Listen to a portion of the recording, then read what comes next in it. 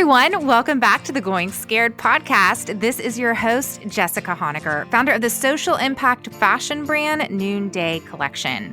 Are you ready for honest and vulnerable conversations that will inspire you towards action? Join me here every week for conversations on living lives of purpose by leaving comfort and going scared. Last week, we kicked off a new series that we are calling Against the Grain. So for the next few weeks, we are chatting with people that are living outside their comfort zones, and I'm thinking most likely your comfort zones too.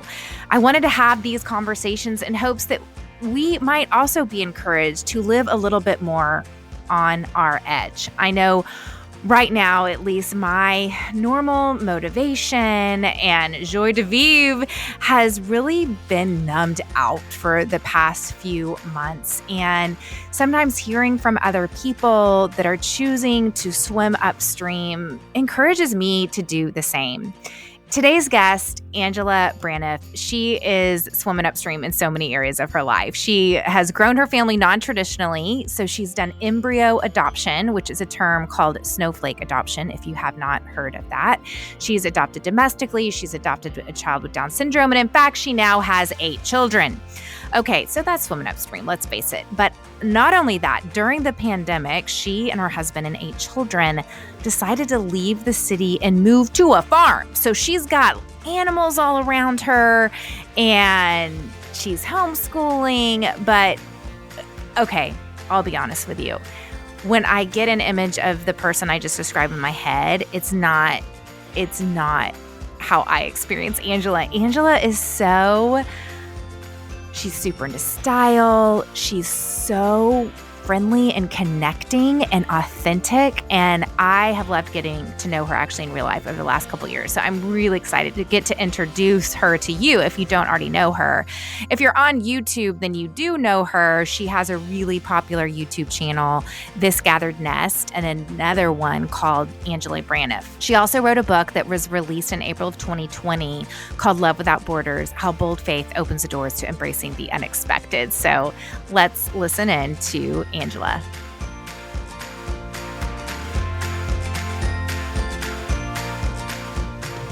Okay, Angela, this is so crazy because you and I are friends. You even have come to Shine. You've been a Noonday ambassador. And the way I experience you is so, first of all, you're beautiful and you're so unassuming and you're so real and you're so present. And you're like, kind of have this very, really chill vibe. And you're also just passionate about the vulnerable. And then I hear about your life and I'm like, girlfriend has 8 or 9 kids. 8. Yeah. Girlfriend's got 8 kids. Girlfriend has a YouTube channel where she vlogs her days. And then I'm seeing girlfriend just bought a freaking farm. Bought a farm and has all the animals, like horses and llamas or alpacas. Llamas. Okay. I'm sure there's a difference between the two. There is a difference. It's llamas spit. I don't know if alpacas spit or not, but llamas are the ones that spit on people. So people are usually afraid of them. Okay. And you've adopted a lot of your kids, and then you've done embryo adoption. So this series is all about people who are going against the grain, just living life maybe a little bit differently than your next door neighbor. And I would say, wow, Angela, on so many fronts, you are living a countercultural life. And in this way that's so unassuming, though. It's not like you don't feel like you're on this. I don't experience you as being on some big soapbox, and you're just approachable. And anyway, so as I'm kind of preparing for this interview today, I'm thinking, I don't even know your story. I met you. I don't even know how. Whoa, did we speak? I think we spoke together, or I don't remember how we met. Do you remember we how met we met? at the. Yes. Well, we met for the first time actually at an adoption conference years and years ago, but that was when Noonday was just starting out. So you were like working the booth in at the Oh yeah, Creative for girl. Care adoption conference. So that was actually the first time I met you. But then where you met me back and didn't realize that I was like fangirling you, that was actually in Austin when we did the National Angels event together a Yes. couple Christmases ago. Yeah, so that was where we got to Yes. actually like get to know each other, and it didn't become a one-way relationship where I just admired you and you didn't know who I was. We got to take it to another level.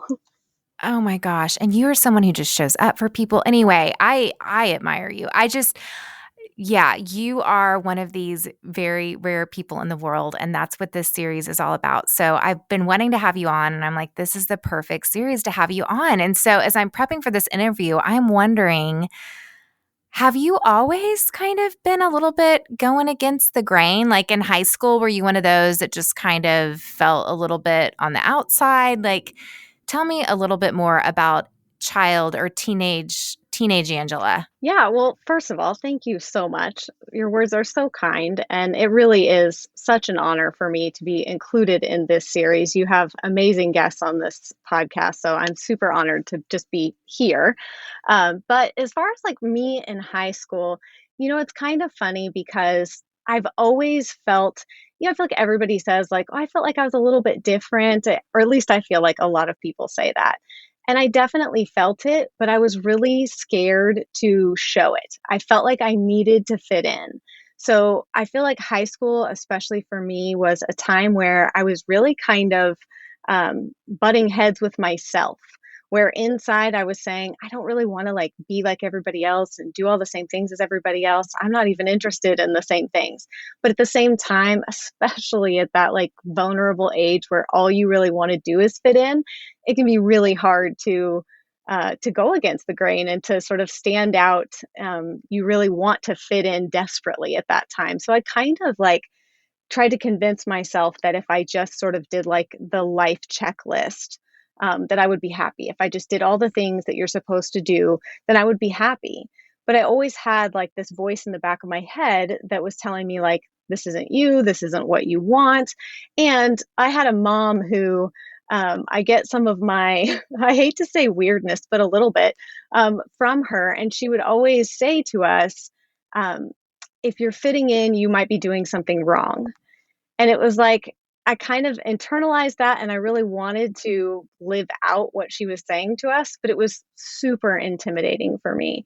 So it took me a good few years after high school before I could really say, you know what, I need to just sort of, make my own way and go my own path and do the things that fulfill me, and not worry about what other people are doing or what other people are going to think about what I'm doing.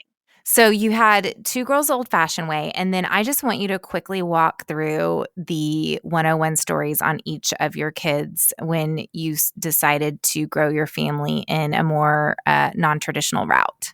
Yeah, so I had really difficult pregnancies. I had hyperemesis, and it was really, really a challenge for me to get my kids into this world. And so after they were born, adoption had always been on my heart, but it was sort of like after that second pregnancy, I was like, okay, I think maybe the Lord has something else for me besides having more children this way. And so that's when we started looking into adoption, and God really directed our steps in so many different ways, but was very sort of obvious to us that we needed to go the route of adopting from Congo. And so it was kind of a pilot program, and it was a intense experience for many reasons. But we brought our son Noah home, and then as soon as we brought him home, we knew right away that we not only didn't want him to be, we didn't really want him to be the only adopted child in our family. We also really were considering whether or not we wanted him to be the only child in our family that looked different from us. There was just so many things. And we also knew that we still really wanted to grow our family. So we just, again, sort of opened our hands and said, Lord, whatever you have for us, we're ready for it. And so we decided to do a domestic adoption this time. International adoption is a rodeo. All adoption is rodeo, but international adoption was intense. And so we decided we would try domestic this time and see how that experience was. And so we ended up adopting our son, Jonah, through that process.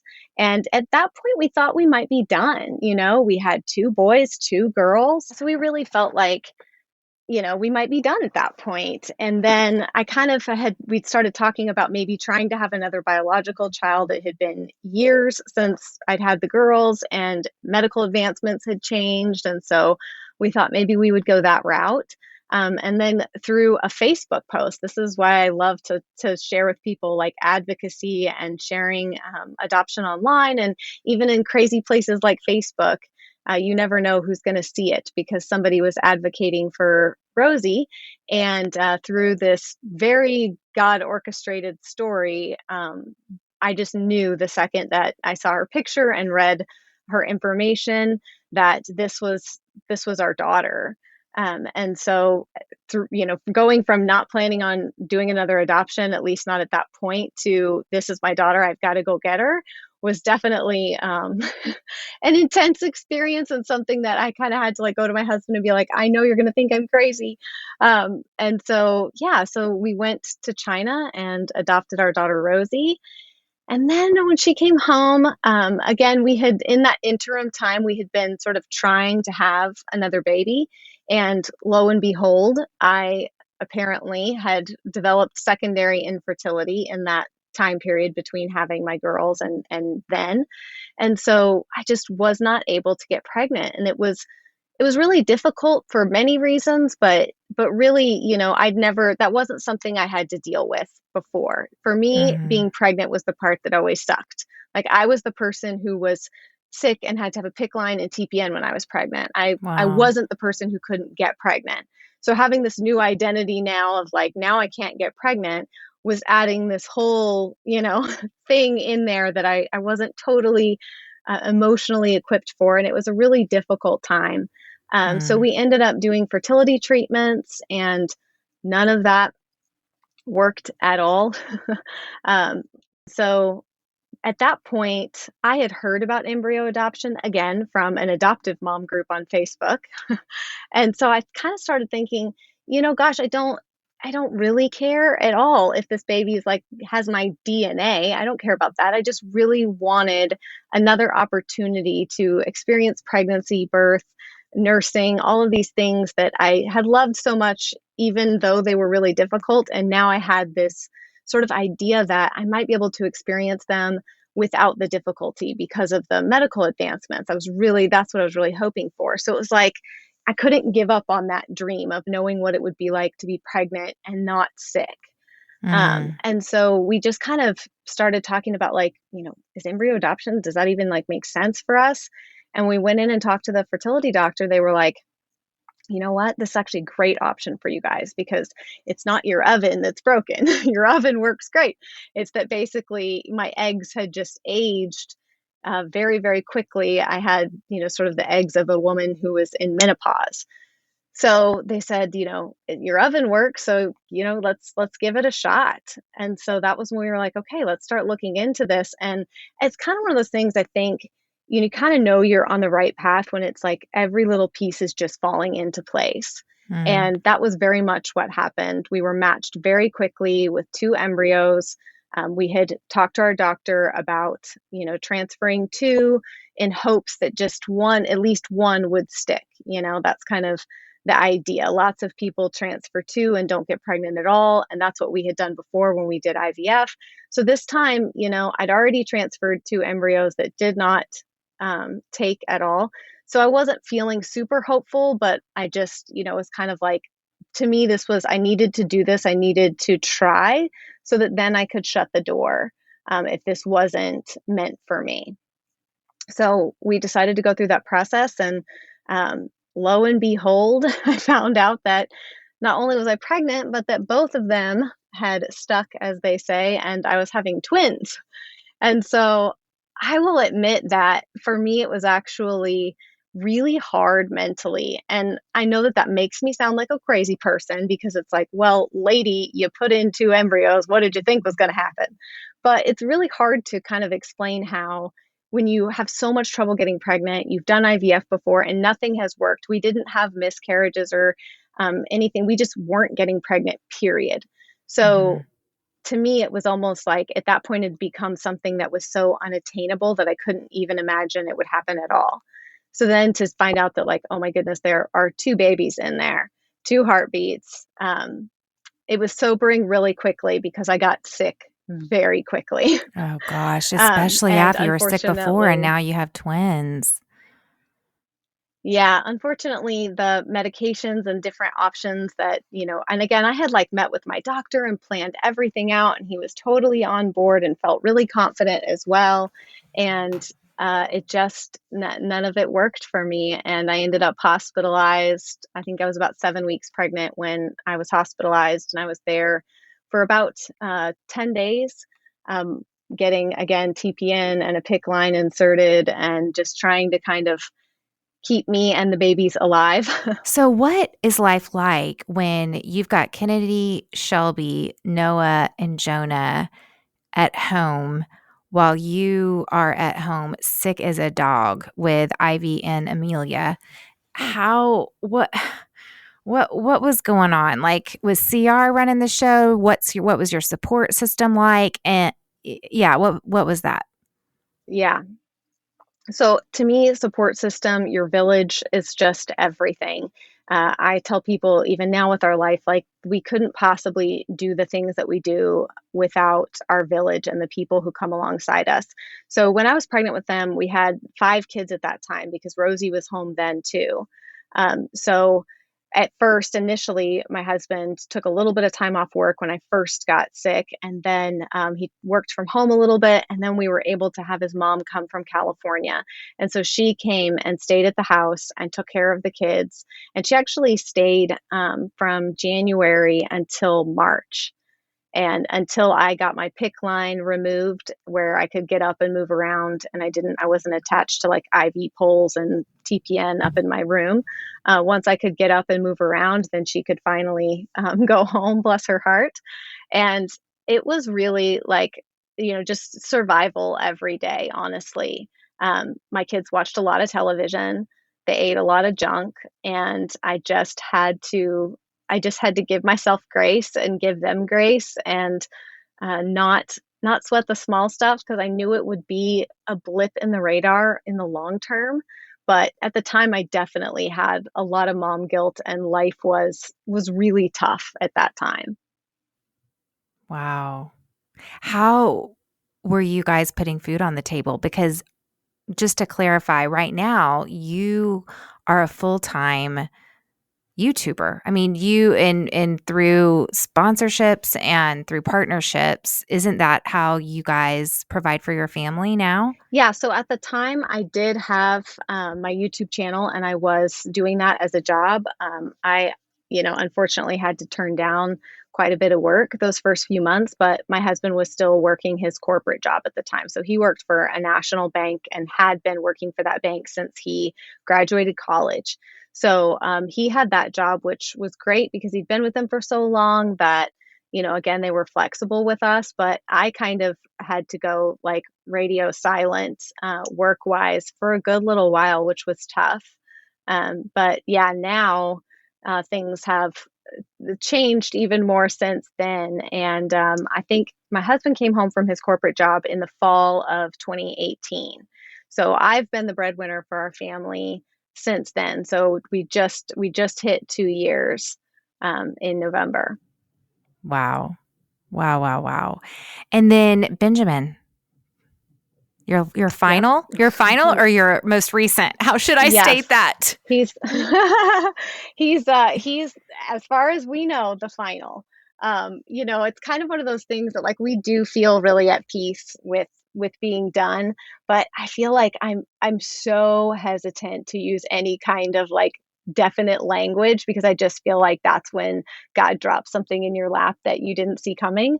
However, we are not pursuing anything. So Benjamin, we had just, it was actually really funny because I was usually the one who approached my husband with like, God has just really put on my heart. I feel like, we need to pursue adoption again or, whatever the case may be. And we would talk about it and pray about it and he would be on board with it. But this time it was actually Ivy and Amelia were right about 1. I think it was a little bit before they turned 1. And gosh, they were just such fun babies. And we just were having so much fun with them. And my husband actually said to me one day, this is just awesome. I think maybe we need one more. Like, I think Oh my maybe we God. need one more. And I mean, I looked at him like he must have had six heads. I was like, what is this guy talking about? Like, I didn't even know if that was something that I was ready for or open to, but he was the one who brought it up. So we kind of started just talking about it again, and then got to the point where we are like, yeah, you know what? Let's sort of, let's attempt another adoption and we'll just see what happens. I mean, that's sort of always been our mentality with it, is if there's a child out there that needs a home and we can be that home and we can provide that, then we will. But we also never want to feel like we're forcing anything, or, it's kind of hard to explain, but that's sort of been our position with it. And so we just decided to get our home study updated and put our profile book out there. And if something happened, then we would move forward. And lo and behold, something happened, and it happened very quickly. And I mean, we just got a call we got an email actually on a Sunday morning saying, hey, we've got this baby boy, or this baby. We didn't know the gender actually at that time. Are you guys interested? She's going to look at profile books today. And we were like, sure. We didn't have any parameters on anything. We were like, sure, show her our profile book. And it was just so funny because she had initially said to the adoption agency that she wanted to consider a family that didn't have any children or couldn't have any children. And so, but our profile book was in the stack that they had there to show her. And as soon as she saw our book and started flipping through it, she said she knew that we were the ones right away. Even though we had 7 children, she just knew it as soon as she was flipping through and reading about us and seeing our family, she just knew we were the right family. So the adoption consultant was sort of like really surprised. She couldn't believe that she'd gone from saying, wanted somebody with no kids to picking somebody with 7 kids. But people ask all the time if you can adopt with a big family. And you absolutely can. It's really, birth moms, first moms, or like anybody else, it's their personal preferences. And for some people, that's no kids or a small family. And for others, they love the idea of a big family. I follow you on Instagram and you have a huge Instagram following, but that's not where you spend most of your time and energy. Most of your time and energy is spent on YouTube. So I want to hear, so one day I'm following you recently and honestly, I couldn't piece it all together because you're not the best about giving all the details on Instagram. I think you save it for YouTube. So I'm just like trying to piece your story together. I'm like, I think she's moved and it looks like there's animals involved. So tell me the unfolding of this story that you are now on a farm and you homeschool and you've got all of these animals. Yeah, I mean, I guess all I can say is 2020, right? So we have actually talked about having land and, sort of having this little mini farm, hobby farm for years and years. It's something we have dreamed about. It's something we've wanted. And we just never felt like the time was right. And I don't know what it was about those first few months of quarantine and that kind of like March to June period where we both just started like very quickly realizing that maybe some of our priorities were off and maybe we needed to stop just waiting for some, something that we felt like was some kind of sign, right? Like we needed to stop waiting to see Jesus's face in our bread and just move forward with what we wanted to do and what we felt like was the right thing for our family. And so we kind of started looking at the option of selling our house and finding land. And it was something that we wanted to do with my folks. So my parents actually had a place in a different part of North Carolina than where we lived. And they have 8 horses. And we kind of said like we wanted to have this like family compound. I really need to find a better way to describe it because whenever I say that, people have like all kinds of like cult flashy things that go off in their head. So I really need something other than family compound to describe it. But but we really wanted this like sort of family property, family farm, where we could all, be together more and spend more time together, and hopefully maybe pass that land down and that sort of thing. So it was something we were like, you know what, let's just, now is the time, let's just look. And lo and behold, home prices were better than ever in terms of selling where we were in Charlotte, North Carolina, and you couldn't keep houses on the market there. So we felt really confident that we could get our house sold. And my mom and I traveled to a few different states because I work from home. We had some flexibility, and we were really interested in Texas, actually. Darn it. We ended up finding this property in South Carolina, and it just felt right. It just felt like it was the right fit. And so we were like, you know what, my thing is like always just sort of stepping through the open doors and seeing what happens. You can't know until you try. And so we just kind of started going through the motions, and okay, can we do this? Can we get the mortgage? Can we sell our house? Can we do everything we need to do? And all the pieces just kept falling into place. Now, not to say that the road wasn't rocky and there weren't difficulties in getting our house sold, and we had an older home, so it needed a lot of repairs, and stuff comes up on the inspection and you're like, how have I been living in this house? Because according to this inspection, it should be condemned. So, all the things that you have to fix when you try to sell your house. So yeah, I mean, but everything just kind of fell into place. And now we've been here since September. And I still am waiting for the time when I feel like I live this quiet, simple life that am longing for. It's definitely not happened, and I think that the reality is that it probably won't for like another good 5 years.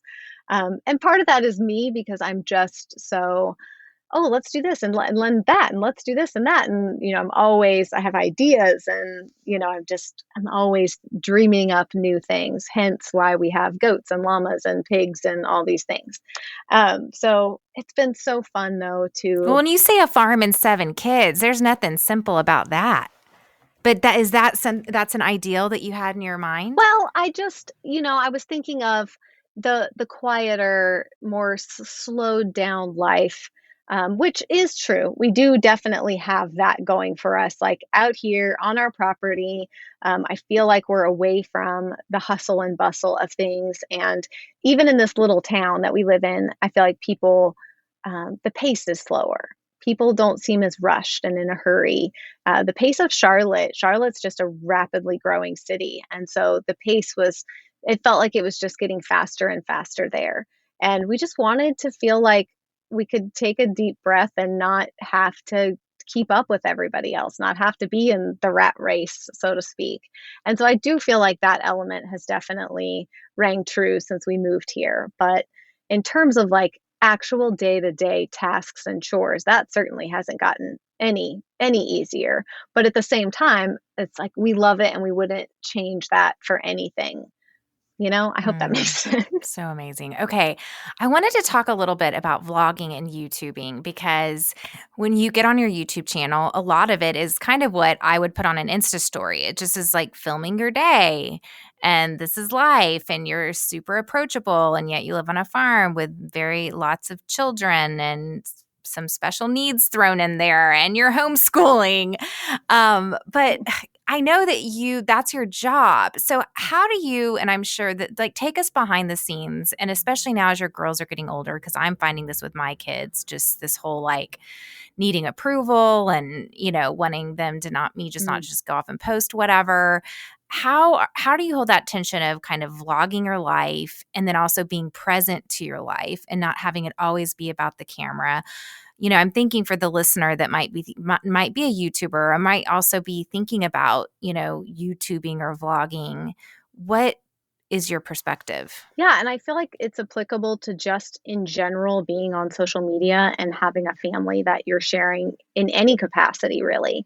But for me, when I first started, I started out as, I'm Angie and I'm sharing my life. That includes my husband and my children, but they're sort of not the focal point of it. This is my life from my perspective. And the other thing that I just sort of intuitively knew, and probably from watching other channels, was that there was absolutely a line. I couldn't define it for you exactly. I couldn't pinpoint it. It's sort of one of those things like you know it when you've reached it, though. And so I always knew that I wasn't ever going to cross that line with my kids and what I share. So you do see my kids in videos, but we absolutely do not share super personal information about our kids. We actually don't share anything about their adoption stories in any kind of like detail or specifics for our kids that are adopted. All of that is their story to share when they want. And in terms of filming, and this is like ebbed and flowed and changed a little bit over the years, especially as our channel has grown. When you first start out and it's like your grandma's watching and your aunt's watching and maybe a neighbor who found your channel, like those are the people who are watching. So it doesn't feel like super intimidating. But the more that it grows, the more that you realize like, okay, there are like thousands of complete strangers watching this. So I need to be very cognizant about what I'm showing, what I'm posting. So, we've definitely kind of navigated that as best as we could over the years. But now, we put up about 2 vlogs a week. So I have 2 YouTube channels. I have the This Gathered Nest channel, which is like our vlog channel. And then I also have my personal channel, which is Angela Braniff is the name of the channel. So that's more of like a lifestyle channel. So I'll share food stuff and fashion stuff and books that I'm reading and just all kinds of stuff. But I feel like I have just, if we're vlogging, I let my kids know we're vlogging today. And they also know that they do not have to be in videos or content if they don't want to be. And I will tell you, like ahead of time, that can be problematic for viewers because they feel like they know everything about your life, even though they're only seeing 15 minutes 2 times a week. To them, it feels like everything. So they will jump to conclusions sometimes or make assumptions, and that can be difficult to navigate. But at the end of the day, I always keep my kids' privacy. And again, if they don't want to be filmed that day, if they don't want to be in videos, or like right now, one of my toddlers is going through what I'm calling her nudist phase. She just never wants to wear clothes. So she's hardly in videos. And, I have people messaging me being like, where's Ivy? Is everything okay? We don't see her. And I'm like, she's fine. She's just never has any clothes on. So you're not going to see her. You're not going to see her. Because we don't script our videos or anything like that. It's just, this is what's happening in our life. I want it to feel like sort of very authentic and like you're just there hanging out with me. I don't want it to feel like a big production. So I try to sort of keep that vibe. And because of that, I in no way am sort of going, okay, kids, time to show up on set at this time, and then you need to do this or that. So that's kind of how we have navigated things. And, my daughters, especially my older ones, they actually have sort of wanted to be more in videos since we moved, especially with the animals and everything. They like sharing about that, but they always know. And I always ask them, like, are you okay with me filming? Or, do you not want to be in this? Do you not, and they can say yes or no, and it's totally up to them. And I really try to keep it, like I said, about my life from my perspective, and my kids are a part of that, but they're not the central part of that, if that makes sense. That's a good way to put it. So how do you organize your time? Because do you have sort of do you know next week which days that you're going to shoot? And if you're shooting for Angela, or if you're shooting for This Gathered Nest, and then if you're shooting sponsored content, and then you've got, you wrote a book called Love Without Borders. Like, how are you navigating? And then you homeschool, and then you've got all the animals. What is that? Because I know you and I are both 7s on the Enneagram. And so I know that we're ideators and we can kind of live in the realm of possibility and like, let's start that. And we might just start things because that's what we feel like doing that day. But then there's the whole like aspect of having to finish it. And so I'm just kind of curious because I'm always having that balance of, obviously I run a company. And so there is just responsibilities and meetings and deliverables and dates and things that are due. But then there's also like, I don't feel like that today, or I need to wait to do that until I'm feeling the creative kind of intent and motivation around it. So I'm curious how you've been able to sort of keep that intent of authenticity and creativity while also having to really, I'm sure you're a ninja with organizing all of this. Oh no, I'm a mess. I'm a mess. I really am a total mess with organizing things. I actually am so old school. Like I have notebooks that I write in. I don't really track anything electronically. Like everything is in notebooks with pens, and that's just kind of how I am, like sticky notes and stuff like that. It drives people crazy, but it's just how my brain works. But I totally feel you on the starting things and not finishing them, and on the needing the creativity to happen. So the good news for me is that I'm my own boss, so I'm not going to fire me. So if I don't show up for something or do something as I'm supposed to, the only person that's really going to pay is me. Unfortunately, when you are working with brands and there's other things, there are deadlines, and that can be tough for somebody like me to keep up with. So I try my best to, as I've gotten older, I've really sort of recognized that, like, yes, this is your personality, this is your makeup, this is kind of how you are, but you're also an adult who needs to behave as such, which means that if you have a deadline, you need to meet it. If you have this, you need to do it. So I really take my life in 1 week chunks. Like I will look at the whole month, but I really take things in 1 week chunks because when I am working with brands and different things, things can get pushed. So if I try to plan too far ahead, it will end up getting completely changed. Something will happen. A brand will not get something approved in time. And so video A doesn't get to go up in time, which affects when video B can go up. So I always have to kind of remain really flexible. So I do think that this is where, this is where for someone who I have ADD and I have ever since I was a kid, and these things that really hinder you in childhood and nobody really teaches you how to harness them and use them for good in your life later. And I do think that sometimes those kinds of personality traits, while they are seen as something you struggle with early on, I do think that they can be something that benefits you later because I do feel like my brain very much works in a way that I can be really flexible. I can change things around and move things around, and it doesn't stress me out. I can live my life in smaller chunks and not worry too much. I'm not super type A, so I don't need to know what's going to happen next week. In fact, it's way more fun if I don't.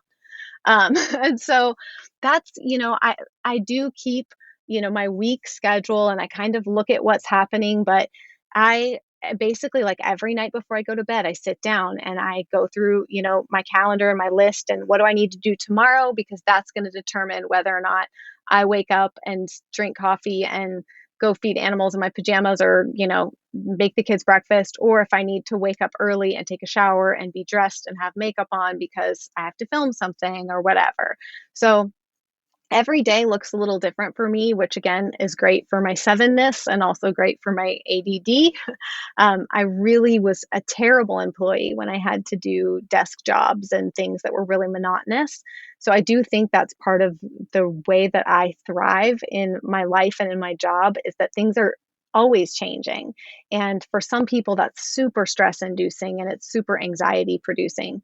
But for me, it's really life giving, to Hmm. feel like I don't really know what's going to happen in the next few weeks or next month or whatever, and that's okay. That kind of excites me a little bit, and like I take the last week of December, before the new year, to make all of my sort of plans and ideas for the next year, and probably half of it will never happen. But I love the dreaming. I love the planning. I love, all of the ideas and the, what could be type of thinking.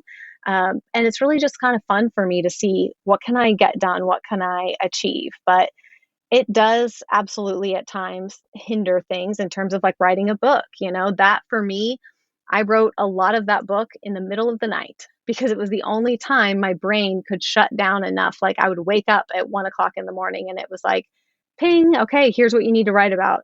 And I would just have to like wake up and write in the middle of the night, and forcing myself to sit down and write when I had the time. My husband was going to watch the kids, so I could sit down and write. And then I just stare at the page and I'm like, I don't know what to write. Like, I don't have the creative juices. And so sort of Mm-hmm. forcing myself to feel creative when I don't is still something that I struggle with. But I try my best to to really work in block scheduling in terms of like on a daily basis. And my other thing that I always like to remind people is that like it's easy to look at our life from a distance and think, oh my gosh, she's doing all of these things. But in reality, I have an incredible husband who is home full time, helping with all of those things. I have yes, I have 8 kids, but I have my 2 oldest kids are 12 and 13. They're incredibly independent and self-sufficient and very helpful. And we really do work together, and we're never doing every single thing in one day, every day. It's always kind of broken up. Wow.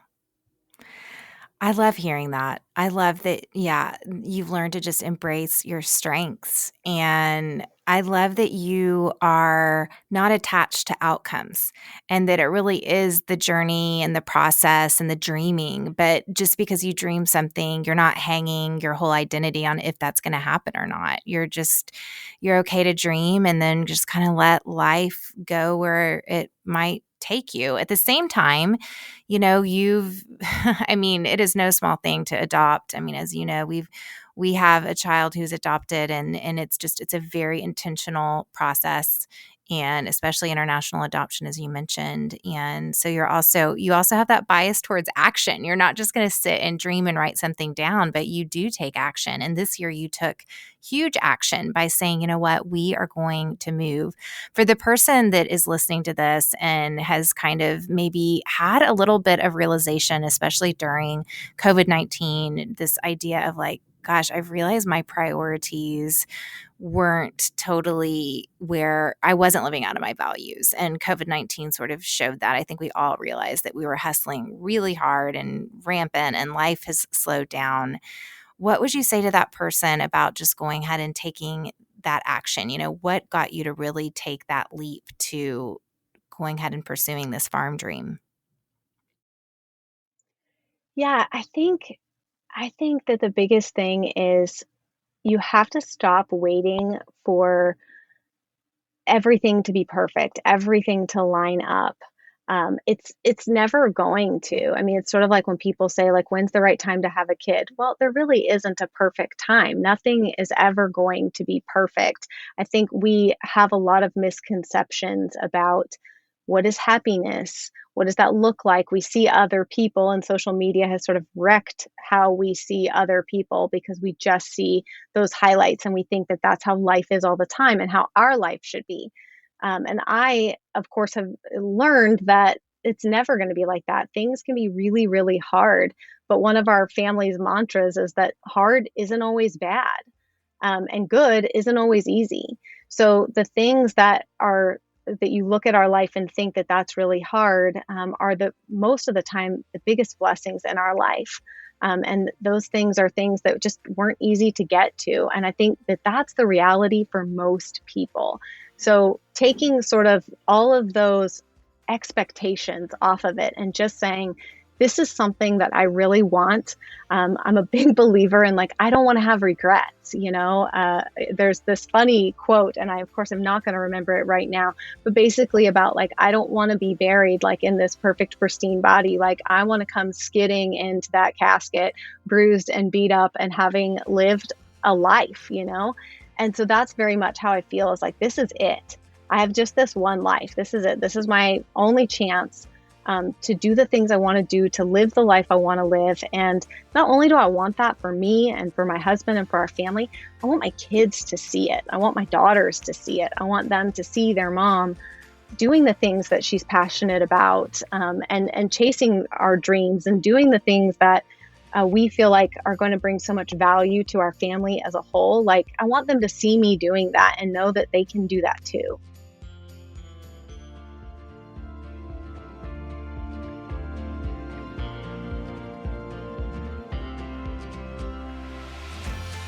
Okay, I feel sort of bad that I opened the podcast I just like, she breaks down this stereotype of what I would think of a mom with 8 kids living on a farm. She loves jewelry. She's been a Noonday ambassador. She is so unassuming, and she's a laid back mom.